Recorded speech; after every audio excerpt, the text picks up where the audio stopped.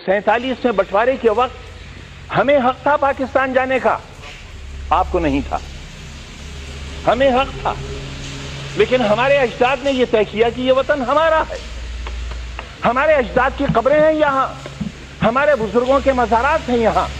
जामा मस्जिद है दिल्ली की, ताजमहल है, किले हैं, हमारे बुजुर्गों की यादें हैं, और यही आज धरोहर है हमारे भारत की।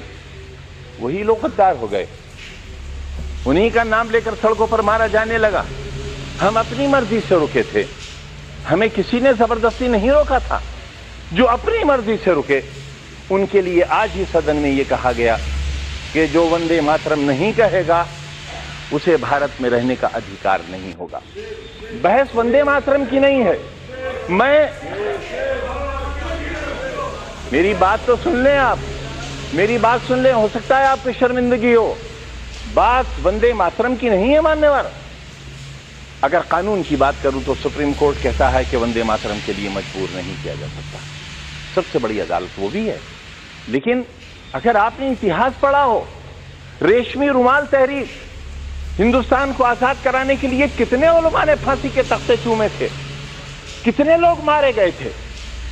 देश में न जाने कितनी मिट्टी की पहाड़ियां वो हैं जिनमें हमारी लाशें आज भी सड़ गई होंगी, लेकिन उनमें दफन है। रेशमी रुमाल तहरीक में अगर आप रेशमी रुमाल की तस्वीर देखेंगे तो उस पर भारत मां की तस्वीर छपी हुई मिलेगी आपको। ये रिश्ते कब थे?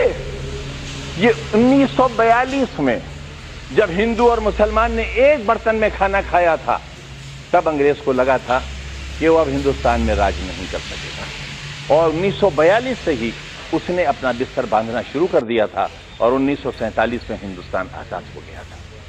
हम आज भी एक ही मोहल्ले में रहते हैं, एक घर में बैठते हैं, हमें किसी को एक दूसरे से डर नहीं लगता।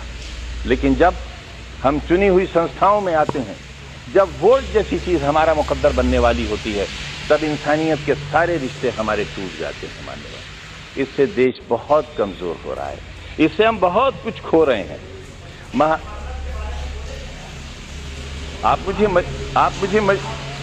मुझे मजबूर तो नहीं करेंगे? मैं आपसे ये कब कह रहा हूं कलमा पढ़िए आप?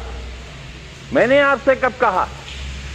मैंने आपसे कब कहा कि कुरान की आयतें पढ़ी जाएं? यहां ये लोकतंत्र का मंदिर है, ये संविधान का मंदिर है। जो चाहे कहे, अगर मैं कहूं तो आप रोक नहीं सकते, और मैं न कहूं तो आप मुझसे जबरदस्ती नहीं कर सकते। और अगर आप जबरदस्ती कर सकते हैं तो कहिए, आप कहिए कि जबरदस्ती कहना होगा।